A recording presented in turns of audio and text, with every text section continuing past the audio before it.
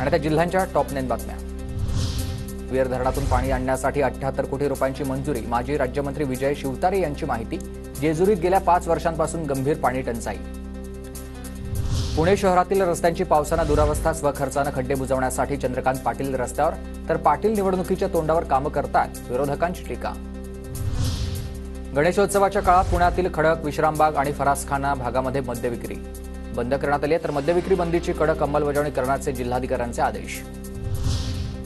पुण्यात dengue chikungunya वाढल्यानं प्लेटलेट्सची देखील मागणी वाढली। रक्तदान शिबिर कमी झाल्याचा फटका, तर रक्तदान करण्याचं आवाहन। पुण्यात चिकनगुनियाच्या रुग्णांमध्ये वाढ। ताप आणि सांधेदुखीचे अनेक रुग्ण रुग्णालयामध्ये दाखल झालेत।